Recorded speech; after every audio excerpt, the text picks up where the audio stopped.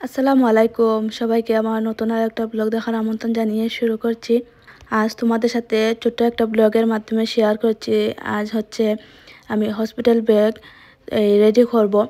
বেবির জন্য যা যা শপিং করেছিলাম সব কিছু ধুয়ে দিয়েছি, শুকানোর পরে এখন হচ্ছে পাস করে রাখবো। আমার এই ছোট্ট ওয়াইডটা খালি ছিল, তাই ভাবলাম যে বেবির যা কিছু আছে সব কিছুই এখানে হাতের কাছেই রাখি।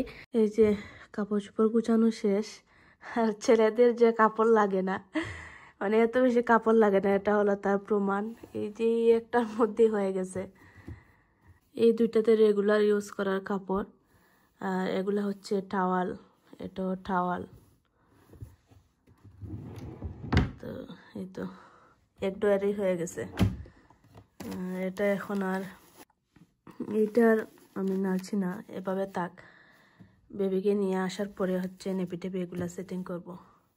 হসপিটালে যে কাপড়গুলো নেব বেবির জন্যে, এগুলা ধুয়ে দিয়েছিলাম, ধুয়ে ভালো করে শুকিয়ে নিয়েছি রোদে। হচ্ছে ইস্ত্রি করছি, কারণ ধোয়ার পরে কাপড় কুচকুচ হয়ে গেছে, তারপর দেখা মনে হচ্ছে যেন পুরাতন কাপড়। তো ইস্ত্রি করলে দেখতে সুন্দর লাগবে। এই যে ছোট ছোট কাপড়। এই মাথার ক্যাপগুলা কোনো কাজেরই না। এই প্রথম দিন পরানোর পরে আর একটা দিনও পরানো হয় না। এই দুই সেটই সঙ্গে নেব। ইস্ত্রি করা হয়ে গেছে।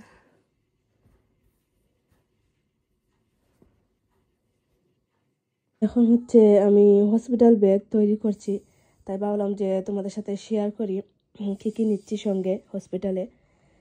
তো এখানে হচ্ছে বেবির জন্য দুই সেট কাপড় নিচ্ছি। এই দুইটা হচ্ছে নেপি স্যুট, এগুলো হচ্ছে ফুল সেট। আর এই দুইটা হচ্ছে এই স্লিপিং স্যুট। তো এই দুইটাই হয়ে যাবে ইনশাল্লাহ। আর যদি লাগে তো হাজব্যান্ড পরে এসে নিয়ে যাবেন বাসা থেকে।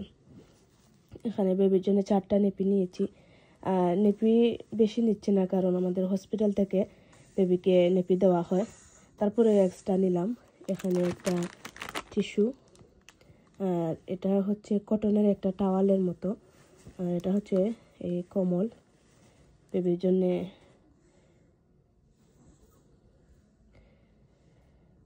আর এখানে আমার জন্য কিছু কাপড় চোপড় নিচ্ছি, একটা টপস, এখানে 3টা প্লাজো, 2টা টি শার্ট,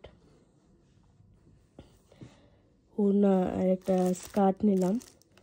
আর এখানে একটা সোয়েটারও নিয়েছি, কারণ হসপিটালে অনেক ঠান্ডা লাগে, সবসময় তো এসি চালানো থাকে।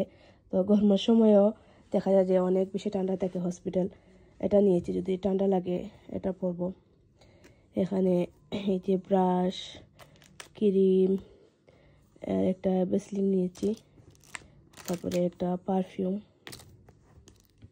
আর কিছু খাবারও সঙ্গে নিচ্ছি, প্রায় খাবার। এই যে কেক, বিস্কুট, কারণ হসপিটালে খাবার খাওয়া যায় না। আমরিনের সময় আমরা অনেক কষ্ট করেছি 2 দিন। এই হসপিটালের খাবার হচ্ছে সিদ্ধ করা, তারপরে লবণ ছাড়া। এই কিছু খাবার সঙ্গে নিচ্ছি, তারপরে কলাও নিব। কলার এখন ঢুকাচ্ছি না, পচে যাবে, যাওয়ার সময় নিব। এই অল্প খাবার সঙ্গে নিচ্ছি যাতে এই হাজব্যান্ড খেতে পারেন। আর এখানে আমার কিছু পার্সোনাল জিনিস। তো এই তো এগুলা এখন ব্যাগের মধ্যে ঢুকাই। এই যে সেল থেকে এই ব্যাগটা এনেছিলাম, এই একটা ব্যাগেই হয়ে যাবে। আর আমার একটা সাইড ব্যাগ নিব ফোন টোন এগুলা ঢুকিয়ে নেওয়ার জন্যে।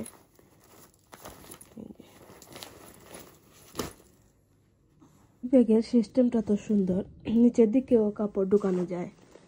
এই যে, আর এই যে উপরে ঢুকিয়েছি। আর বেশি কিছু নেইনি, কারণ হসপিটাল আমার বাসা থেকে বেশি দূরে না, 10-15 মিনিটের মতো সময় লাগে। তো যদি কোনো কিছু লাগে হাজব্যান্ড এসে নিতে পারবেন, সেই কারণে আর বেশি নিচ্ছি না।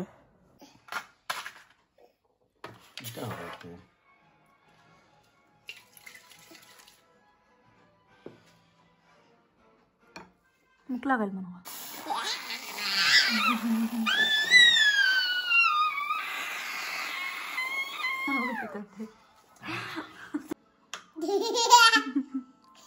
কেক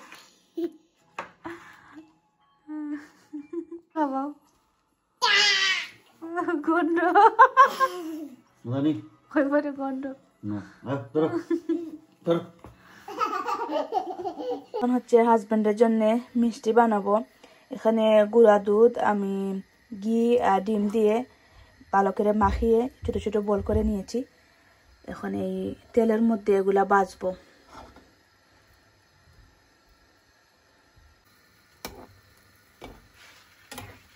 এটা হচ্ছে কালো জাম মিষ্টি বানাচ্ছি। এখানে পানি, চিনি, তারপরে এই এলাচ এগুলা জাল করে নিই।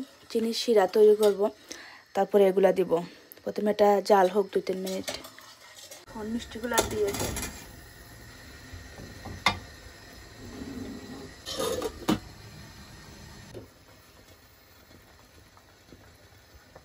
হয়ে গেছে মিষ্টিগুলা, আগুন থেকে নামিয়ে নিয়েছি।